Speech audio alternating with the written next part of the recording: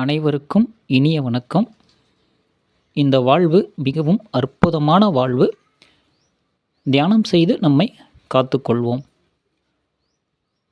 நம்மளுடைய சராசரியான வாழ்நாள் என்னும் பொழுது ஒரு 100 ஆண்டுகள் வைத்துக்கொள்ளலாம். நம்ம எதற்காக பயப்பட வேண்டும் என்று தான் இன்று நம்ம பேசப் போகிறோம். எதுக்கு நம்ம பயப்படணும்? எந்த ஒரு செயலுக்காக நாம் மிகவும் பயப்பட வேண்டும் அப்படிங்கிறத விட, எந்த ஒரு நேரத்திற்காக நம்ம பயப்பட வேண்டும்? நம்ம எதுக்காக பயப்படணும்? பயப்பட வேண்டிய விஷயம் என்ன தான் இருக்குது நம்ம வாழ்க்கையில் அப்படின்னு நம்ம யோசித்தோம் அப்படின்னா, நம்மை நம்மளே சிறிது சிறிதாக உணரும் பருவம் என்றால் ஒரு 5 வயதிலிருந்து நம்மை நம்மளே உணரக்கூடிய பருவம் என்று நாம் வைத்துக்கொள்ளலாம். 5 வயசுலேருந்து நமக்கு நம்ம பேர் என்ன, நம்ம ஊர் என்ன, நம்ம யார் என்னங்கிறதெல்லாம் நம்மளுக்கு கொஞ்சம் கொஞ்சமாக புரிய ஆரம்பிச்சு, அதுக்கப்புறம் எல்லா விஷயத்தையும் கேள்வி கேட்டு வளர்ந்து ஒரு 60 70 வயசில் நம்ம தள்ளாடும் முதுமை பருவம் அடைந்து மறுபடியும் எதெல்லாம் நம்ம தேடி தேடி கற்றுக்கிட்டோமோ எல்லாமே கொஞ்சம் கொஞ்சமாக மறந்து இந்த வாழ்க்கையை விட்டுட்டு கிளம்பிடுவோம். அவ்வளோதான். ஸோ இது ஷார்ட் டைம் சின்ன ஒரு வாழ்க்கை தான். நம்ம எந்த ஒரு செயலுக்காக மிகவும் அஞ்ச வேண்டும்? நீங்கள் எவ்வளோ இது எல்லாத்துக்கும் பயப்படக்கூடியவங்களும் இருப்பாங்க. சில பேர் தீமை செய்வதுக்கு மிகவும் பயப்படுவாங்க. நான் கெட்டதே செய்ய மாட்டேன் அப்படிம்பாங்க. சில பேர் நல்லது செய்கிறதுக்கு பயப்படுவாங்க. சில பேர் பிறருக்கு நலன் செய்வதோ, நலன் செய்யாமல் இருப்பதோ, ஏதோ ஒரு சமயத்தில் இல்லை சில பேர் ரொம்ப மிகவும் தைரியசாலியாகவும் நாம் பார்ப்பதுண்டு.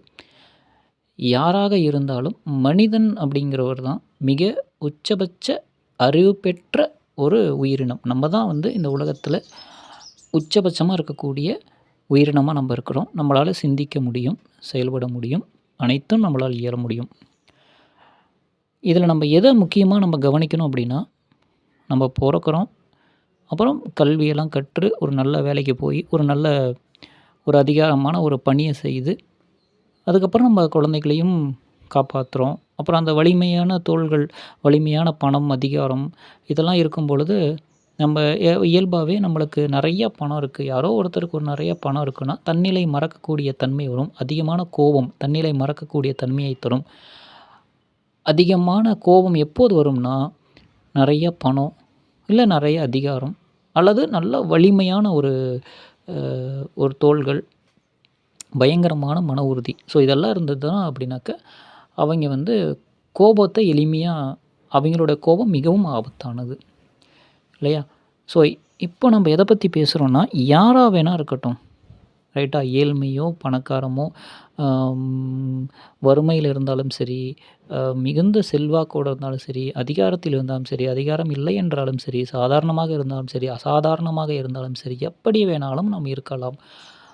ஆனால் கட்டாயமாக எப்படி இருந்தாலும் நமக்கு மரணம் ஏற்பட்டே தீரும்.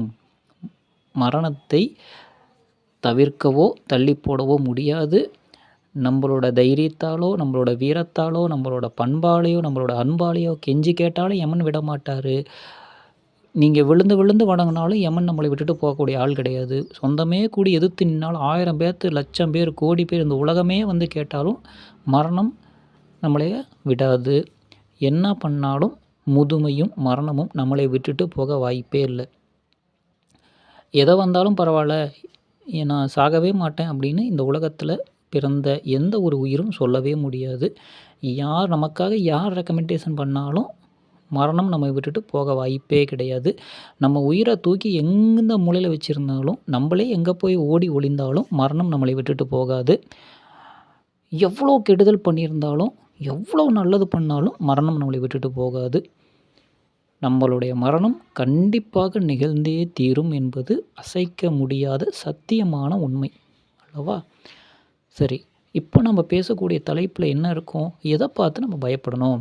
இப்போ ஒரு 1000 நாள் நம்ம நல்லா வாழ்கிறோம், கரெக்டாக?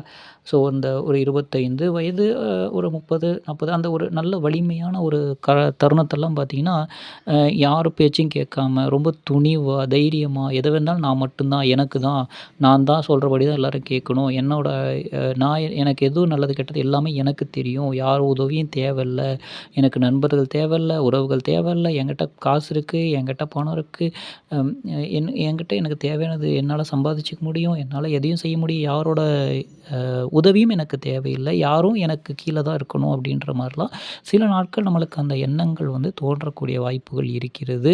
அதேமாரி குழந்தைகளையும் பார்த்தோம் அப்படின்னா, சின்ன குழந்தைகள பேரண்ட்லாம் சில பேர் வந்து தண்டிப்பாங்க. பயங்கரமா அடிப்பாங்க. என்ன சின்ன தப்பு கூட பயங்கரமா நம்ம தண்டிக்கிறத பார்த்துருப்போம். "என்ன இது கூட பண்ண மாட்டியா? இத நீ பண்ணி தான் ஆகணும்." அப்படின்ற மாரி அதே மாரி ஒரு முதலாளி ஒரு சில இடத்துல பார்த்து வரப்போ, முதலாளி கூட தொழிலாளிய வந்து ரொம்ப அதிகமான வேலையெல்லாம் வாங்குவாங்க. "நீ இத செஞ்சு தான் ஆகணும்." அப்படின்ற மாரி ஒரு ஒரு அடக்குமுறையெல்லாம் நம்ம பார்த்துட்டு தான் இருப்போம். கேள்விப்பட்டுருப்போம். அங்கங்க நம்ம பார்த்துட்ருக்கோம் இல்லைங்களா? ஸோ நீங்க எப்படி இருந்தாலும் கரெக்ட்டா? நீங்க நலமாக வாழ்ந்தாலும் சரி, நலமாக வாழவில்லை என்றாலும் சரி, உங்கள் வாழ்வை நீங்கள் வாழ்ந்தாலும், வாழவில்லை என்றாலும் நம்மளுடைய முதுமை, இறப்பு வந்தே தீரும். கரெக்ட்டா? வாழ வாழ தான் வந்தோம். கரெக்ட்டா? ஏதோ ஒரு பணம் இல்லைங்கிறதுக்காக வாழ்க்கை ஃபுல்லா பணத்தையே சம்பாதிச்சுட்டு இருப்போம். அறிவு இல்லைங்கிறதுக்காக வாழ்க்கை ஃபுல்லா அறிவே ஏதோ ஒரு காரணத்துக்காக நீங்க எவ்வளோ லட்சம் சேர்த்தாலும் சரி, அல்லது சில ஆயிரங்கள் சேர்த்தாலும் சரி, இந்த பூமியில எத கொண்டு வந்தோமோ, அத எதுவுமே நம்ம எடுத்துட்டு போமாட்டோம். எல்லாத்தையும் விட்டுட்டு போயிருவோம். இது நம்ம எல்லாமே நம்மளுக்கு தெரிஞ்ச விஷயம் தான். அ எதுக்காக நம்ம எந்த ஒரு செயலுக்காக பயப்பட வேண்டும் என்றால், நம்ம 1000 நாள் நல்லா வாழ்றோம் பாருங்க, அது நம்மளுக்கு பயமே தேவையில்லைங்க. கரெக்ட்டா? நம்ம நல்லா இருக்கும் பொழுது, அ நல்லா செல்வாக்கா இருக்கும் பொழுது, நம்ம எல்லாரும் நம்ம கூட இருக்கிறாங்களா? அல்லது எல்லாரும் இது நடக்குதா? அது நம்ம கவலையே பட தேவையில்ல. ஏன்னா, அது நம்மள நல்லதா மாரி இருக்கு. இப்ப நெறைய பணம் வச்சிருக்கீங்க. வறுமை பத்தி கவலைப்படணுமா? தேவையில்ல. ஒரு நல்ல பலமா இருக்கீங்க. எத பத்தியாவது கவலைப்படணுமா? தேவை கிடையாது. ஒரு அதிகாரத்தன்மையான ஒரு இடத்துல இருக்கீங்க. எத பத்தியாவது கவலைப்படணுமா? தேவை கிடையாது. அந்த சமயத்துல எதுவுமே தேவை நம்ம செய்றது சரியோ, தப்போ நமக்கே சிந்திக்க கூட நேரம் இருக்காது. அடுத்தடுத்த செயல்ல செய்து கொண்டே போயிட்டே இருப்போம். ஒரு அதீத தன்னம்பிக்கையோ, அல்லது அதீத அதிகாரமோ, அதீத ஏதோ ஒரு ஆசையோ, பேராசை ஏதோ ஒண்ணு, ஏதோ ஒரு விஷயத்துல யார் பேச்சையும் கேட்காம நம்ம சுயமா செயல்பட்டுட்டு போய்க்கிட்டே இருப்போம். கரெக்ட்டா? ஆனா, அப்போ நமக்கு எதுவுமே நடக்காது. அப்ப எல்லாம் நம்ம கண்ணுக்கு தெரிஞ்சது நம்ம மனசு என்ன சொல்லுதோ செய் அப்படின்ற மாரி தான் யோசிப்போம். அது நல்லதா? கெட்டதா? தர்மத்துக்கு உட்பட்டதா? தர்மத்துக்கு மீறியதா? எத பத்தி நம்ம சிந்திக்கிறதே கிடையாது. சிந்திக்கவும் மாட்டோம். அத சிந்திக்கவும் விடாது.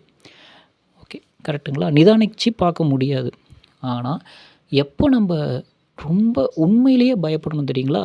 1000 நாள் வாழ்வத பயப்படக்கூடாதுங்க. அந்த சில நொடிகள் நடைபெறக்கூடிய சில செயல்கள் இருக்கு பாருங்க, நம்ம வாழ்க்கையவே மாத்தி விடும் பாருங்க. அந்த சில நொடிகள் நினைத்து நாம் மிகவும் பயப்பட வேண்டும். அந்த ஒரு நொடியில தான் நம்ம செய்த தானம், தர்மம், நல்லது, பாவம், புண்ணியம் அத்தனையும் அந்த ஒரு சில நொடிகள் தான் நம்மளய தீர்மானிச்சு, நம்ம அடுத்த கட்டமா வாழக்கூடிய வாழ்க்கைய நிர்ணயம் பண்ண போகுது. எப்படின்னு சொல்றோமா, ஒரு 30 வயது நபர் 17, 15, 16 வயசுலேருந்து யார் பேச்சையும் கேட்காம, ஏதேதோ பண்ணி, ஏதேதோ சம்பாதிச்சு, துணிவா, தைரியமா என்னென்னலாம் பண்ண முடியும், துன்புறுத்த முடியுமோ, பெற்றோர்களுக்கு அடங்காம, எப்படி எப்படியோ துன்புறுத்தாம அப்படியே வாழ்றாருன்னு வச்சுக்கோங்க. ஒரு ஏதோ ஒரு தருணம், ஏதோ ஒரு வயசுலயே ஒரு 25, ஒரு 30 வயசுல கூட ஒரு சின்ன ஒரு விபத்து நடக்குது. அவருடைய ஏதோ ஒரு உடல் உறுப்பு அ செயலிழக்குதுன்னு வச்சுக்கங்களேன். அதுக்கப்புறம் மற்றவருடைய துணை தான் அவருக்கு வேண்டும் என்ற நிலை வந்தால், சற்று சிந்தித்து பாருங்கள். எப்படி இருந்தவர் எப்படி ஆகிவிட்டார் அல்லவா? கரெக்ட்டா? ஸோ, அவரு எதுக்காக பயப்பட்டுருக்கணும்? அந்த ஒரு விபத்து நடக்கக்கூடியது நம்ம சில இடத்துல சொல்லலாம், தலைக்கு வந்தது தலைப்பாகையோட போச்சு. அப்பா! எனக்கு முன்னாடி போனவருக்கு அந்த விபத்து ஒரு செகண்ட் இருந்தா இந்நேரம் எனக்கு ஏதோ ஒண்ணு ஆயிருக்கும். ஒரு செகண்ட் இருந்தா நான் பஸ்லேருந்து விழுந்திருப்பேன். ஒரு செகண்ட் இருந்தா நான் வண்டியிலேருந்து விழுந்திருப்பேன். ஒரு செகண்ட் இருந்தா இந்நேரம் இதுல அ கீழ விழுந்திருப்பேன். அடிபட்டுருக்கும். நம்ம எத்தனையோ சில சில விபத்துகள் அ அப்படியே நம்மளுக்கே வர மாரி இருக்கும். ஆனா, கொஞ்சம் அப்படியே வராமயே போயிரும். சரிதானுங்களே! ஸோ நமக்கு தான் அது நம்ம தான் நான் தான் அங்க போயிருக்க வேண்டியது. ஆனா நான் போகல பாருங்களேன்! அப்படின்னு நம்ம சொல்லுவோம் இல்லைங்களா? ஸோ அந்த மாதிரி நமக்கு வரவேண்டிய ஆபத்தோ, விபத்தோ நடைபெறக்கூடிய அந்த தருணத்துக்கு நம்ம பயப்படணும். கரெக்ட்டா? ஸோ ஏதோ ஒரு சின்ன அடியா போயிடுத்து அப்படின்னா நம்ம எவ்வளோ சந்தோஷப்படுவோம். ஒரு 10 நாள் ஹாஸ்பிட்டல் ஓகே பரவால்ல. நம்ம மறுபடியும் தேறி மறுபடியும் நலமாக நடப்போம். இப்ப நம்ப மருத்துவமனையில இருந்து கொஞ்சம் அடிபட்டவைங்கலாம் பார்க்கும்பொழுது அவ்வளோ வேதனையா இருக்கும். அவைங்க உடம்பு சரியில்லாத இருப்போ, எப்படியாவது ஒரு அடி நடந்தா நல்லா இருக்குமே! எப்படியாவது ஒரு வார்த்தை பேசினா நல்லா இருக்குமே! எப்படியாவது ஒரு நம்ம யாரையும் உதவியே எதிர்பார்க்காம வாழ்ந்தா நல்லா இருக்குமேன்னு நம்ம வேண்டிக்கிட்டு எத்தன சாமிய வேண்டுவோம் இல்லையா? எப்போ ஆரோக்கியம் கெட்டு போகுறப்போ. ஆரோக்கியமா இருக்கிறப்போ எதையாவது வேண்டிக்குவோமா? எதாவது யோசிப்போமா? எதையும் யோசிக்க மாட்டோம். கரெக்ட்டா? ஸோ, அந்த ஒரு நொடிக்கு தான், அந்த ஒரு சில வினாடிகள் தான் எல்லா விபத்தும் நடைபெறுது.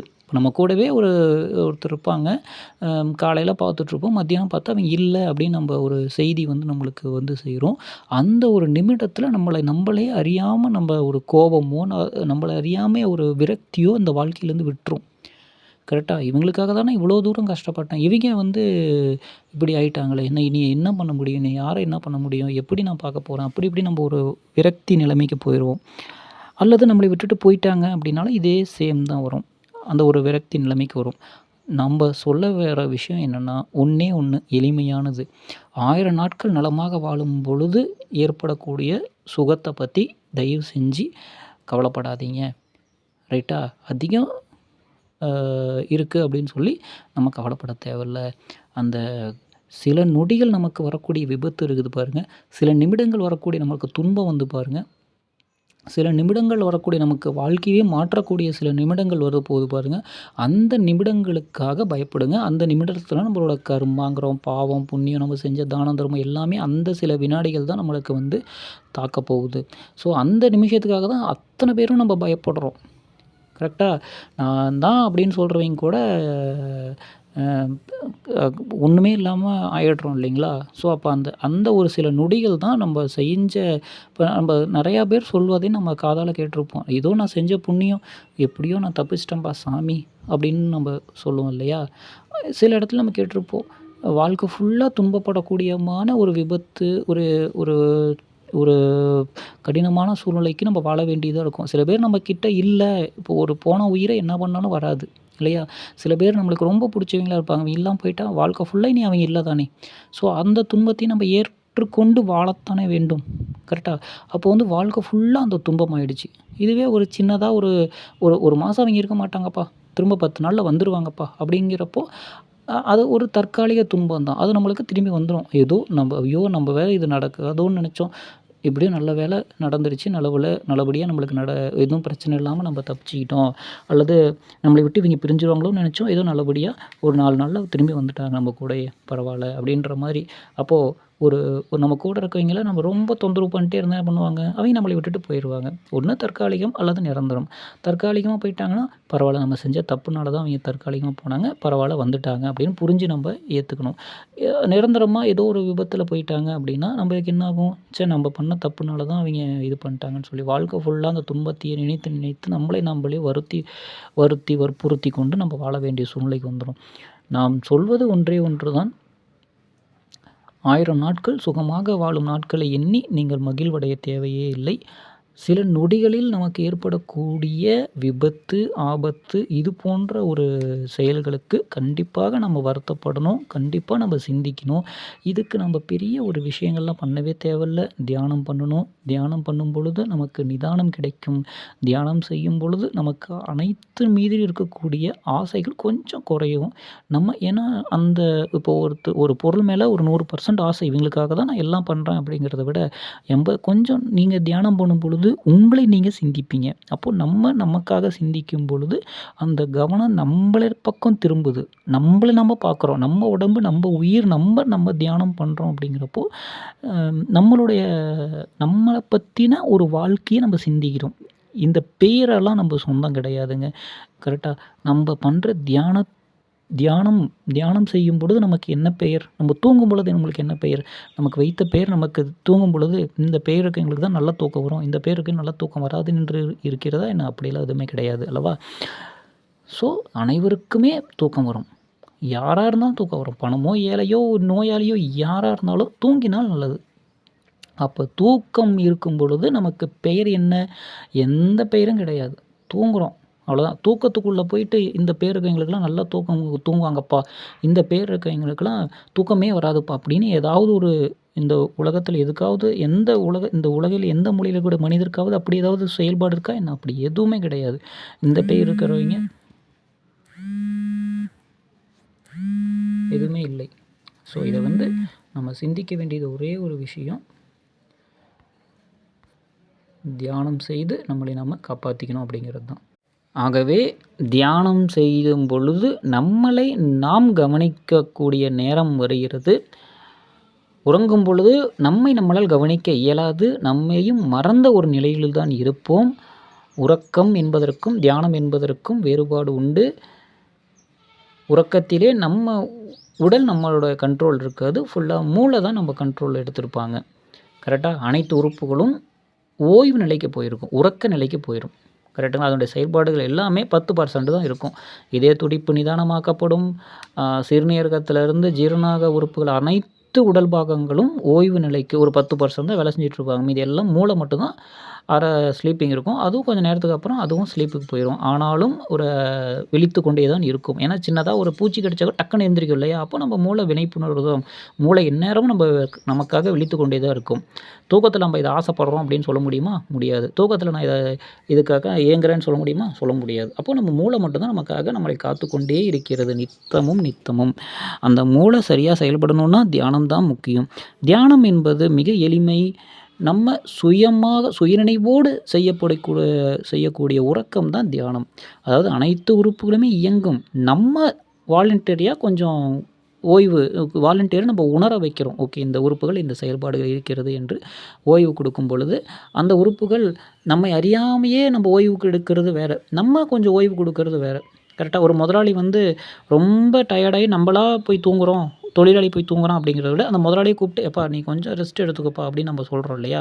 அப்போ அந்த தொழிலாளி என்ன சொல்லுவாங்க, "அப்பா பரவால்ல நம்மளோட உணர்ந்து நம்மளுக்கு கொஞ்சம் ஓய்வு குடுத்துருக்குறாங்க. அப்போ இன்னும் கொஞ்சம் நம்ம உழைக்கணும்." அப்போ முதலாளிக்கு என்ன பண்ணுவாங்க, முதலாளி நம்ம மேல ரொம்ப அக்கறையா இருக்கிறாங்க அப்படின்னு சொல்லி தொழிலாளி இன்னும் உணர்வோடு செயல்படுவாங்க.